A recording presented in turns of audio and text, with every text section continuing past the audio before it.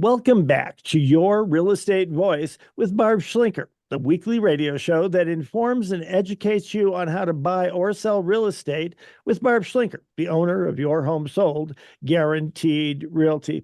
Now, Barb, if someone is thinking of selling their home, what are some of the top things a home seller should plan on fixing and what not to fix when they're preparing their homes for sale? Well, Richard, before you go and start upgrading your home, give us a call. Ask me. A lot of people do that. They'll go, what do we do? What do we not do to get our house ready for sale? And it really depends. It depends on the price range, the market conditions. It depends on your competition. A lot of people think they have to do a full-on rehab. Well, maybe not in certain price ranges. So we will cover that live in person if you want. We do know, though, that buyers will eliminate homes that have obvious what we call deferred maintenance, right?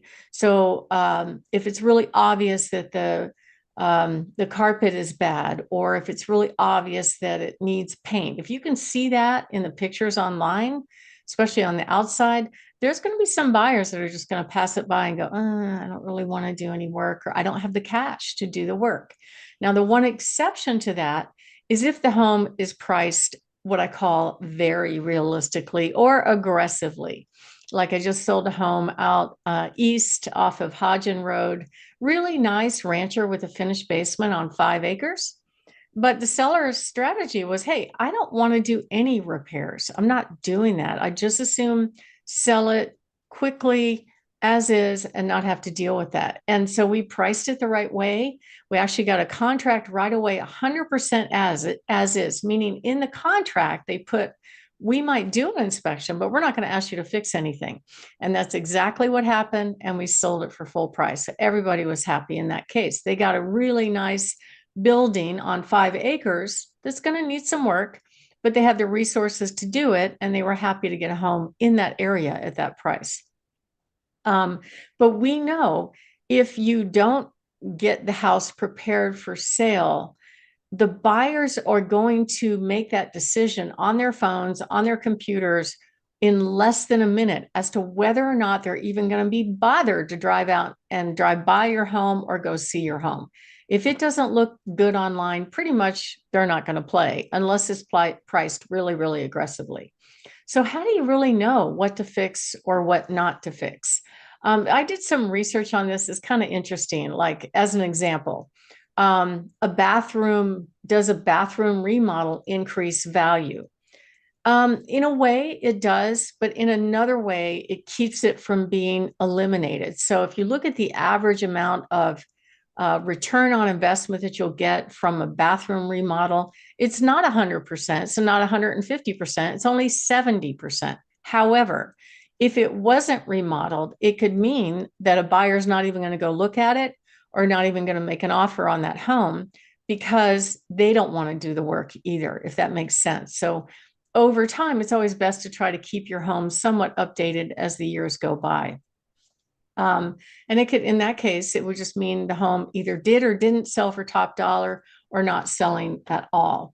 And, you know, it's interesting. I found some stats from Zillow that they said that for minor cosmetic changes, it could bring you as much as $1.71 for every $1 you put in improvements. I would say definitely that's true for flooring. Flooring's a big deal for people.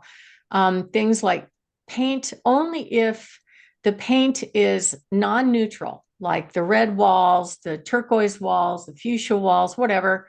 All those things really need to be neutralized to sell it. Cabinets, if they look tired and worn, although a lot of people lately have been just painting cabinets and it looks amazing. Updated mirrors, really inexpensive thing that you can do. Hardware, another very inexpensive thing that you can do. And appliances, a little more expensive. And lighting and flooring absolutely are a game changer for a lot of people.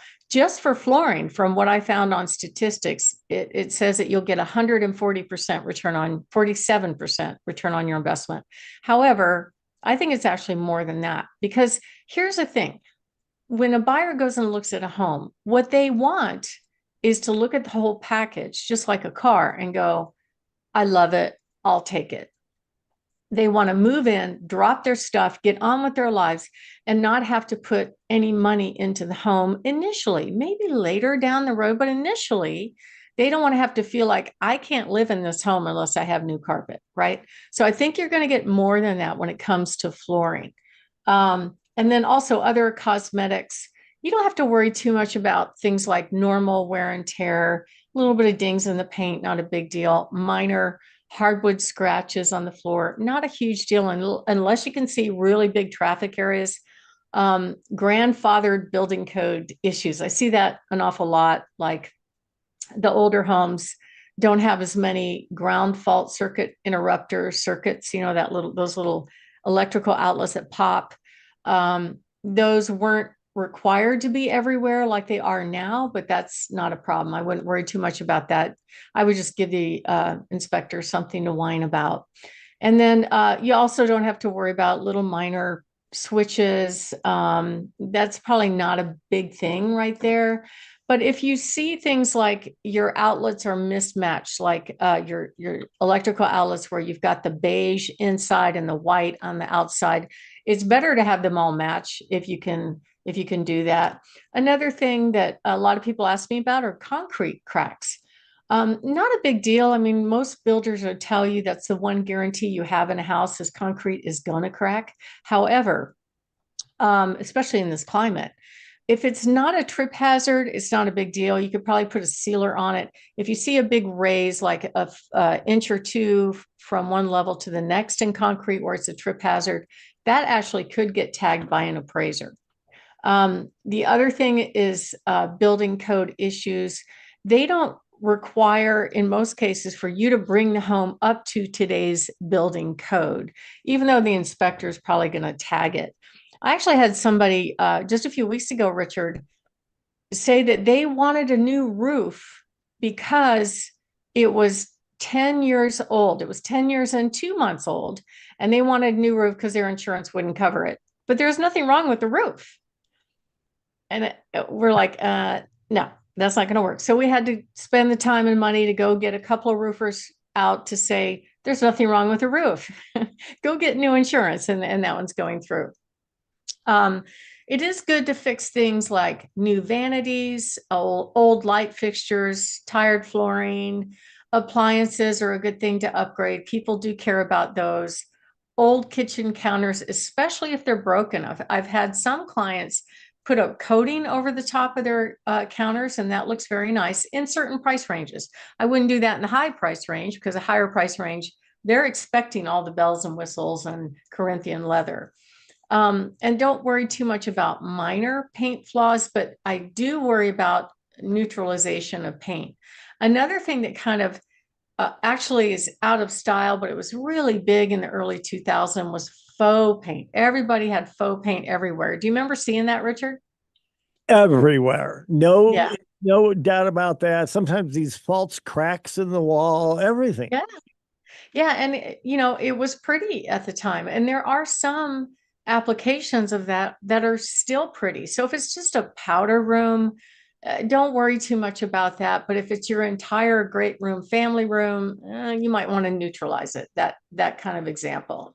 Another thing that we hear a lot about are popcorn ceilings. So that was just kind of a lazy application of drywall that the builders did back in the 80s and 90s, that instead of doing the knockdown ceiling, they just blow it on and leave it like it was. And I don't know why, but buyers don't like it. Now, depending on the price range, it may not be worth it to go to the trouble to scrape it and make it look better. I don't think I would do it in every case. It's also hard to paint. But and some of the 70s houses, you have to worry about asbestos. So before you touch it, make sure you talk to a professional about it. The other thing are colors. So colors change on an annual basis as far as what's in style and what's not. In general, if you're neutral, you're probably going to be good. Exterior paint, the big thing is to worry about just peeling paint on the outside. And this is part of what we do, an in-home consultation on what to do, what not to do to get your house ready for sale, go over all the closing costs, give you a good range of what your home will sell for and how much you'll put in your pocket when it sells. So if you are interested, give us a call at 719-301-3900 or go to barbhasthebuyers.com. We have 27,800 buyers in waiting, plus our cash buyers. There's a really good chance that we have a high match for your home. And you just have to call us at 719-301-3900 or go to barbhasthebuyers.com. Richard? You're listening to Your Real Estate Voice with Barb Schlinker. That's Barb Schlinker. She is the host of the program and the proprietor and owner of Your Home Sold Guaranteed Realty. You can reach her at 719-301-3900. And if you're in your car and you cannot listen to the entire show, don't worry. You can catch it on Barb's YouTube channel, Barb Has the Buyers, or you can check it out on podcast as well. So, Barb, what are some of the other things that a home seller should not do to get their home ready for sale? Well, I get this question a lot. Like if they're going to take the window coverings down to paint, and maybe the house is empty and they aren't, they always ask me, should they put the window coverings back up again? And I would say no. They actually look better without window coverings. If you go into models, they might have a few valances, but they don't have heavy window coverings because they just conflict too much with the actual building itself. Another thing you would want to do, though, if you have heavy floral, heavy pattern drapes, I would take those down and just put up some sheers because it really does kind of overwhelm the room in many ways. And it's one of those things that came and went in style. But as far as outdated appliances, the best thing you have to worry about is, do you have a color match? I had one that just sold with very, very dated appliances, and we did get that feedback here and there that it needed updating, and that was pretty much the only space that needed updating. But ultimately, we did sell it for the right price just by neutralizing the flooring. Refrigerator, washer, and dryer are considered personal property. So if you leave them with the house, it's a gift to the buyer. I would not worry about those at all. An appraiser is only going to give you $150 of value for each one, and it's not worth worrying too much about those. But the big thing is we can provide you with a checklist on how to get your house ready for sale, and that includes things like clutter, neutralize and paint, all kinds of stuff.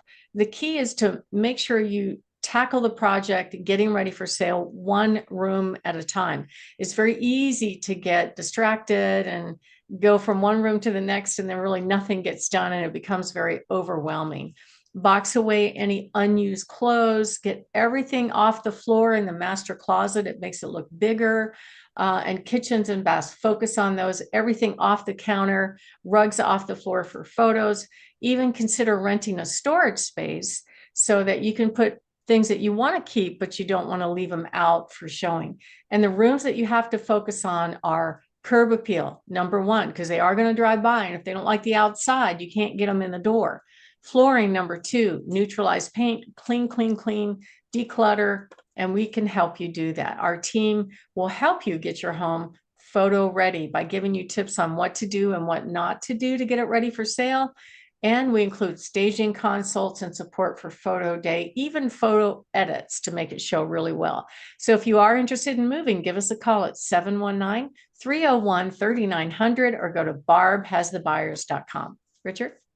You're listening to Your Real Estate Voice with Barb Schlinker, host of the program, and with Your Home Sold Guaranteed Realty. If you're thinking of making a move, call Barb, 719-301-3900, or just visit barbhasthebuyers.com. When we come back, we'll be discussing pricing mistakes that can cost you thousands when you're selling your home, plus Barb's hot new listings. You don't want to miss that.